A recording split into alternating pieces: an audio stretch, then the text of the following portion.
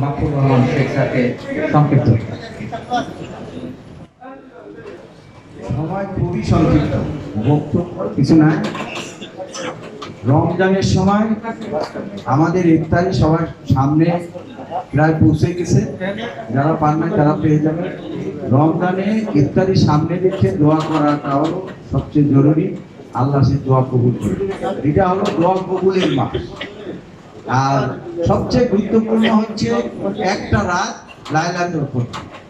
এই লাইলাতুল কদরের একটা রাত যদি আমরা একটু কষ্ট করি, সারা মাসটা যদি কষ্ট করি, তাইলে আমাদের এক রাত সমান সমান ৮৩ বছরেরও বেশি। তাহলে আমরা কতটা বছর পাচ্ছি।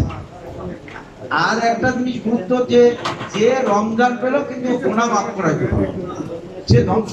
এটা নবী বলছেন, আর জিবরাইল আলাইহিস সালাম বলছেন, নবী কবুল করছেন। আমি অতএব আমরা খুব কঠিন সময়ের ভিতরে আমরা দিন যাপন করছি, যে আমাদের গুনাহ যদি মাফ না করা যায় তাহলে আমরা ধ্বংস।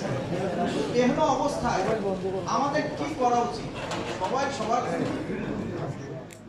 প্রাণ দিয়ে, একবারে মন দিয়ে, সবাই যেন আমাদের কারো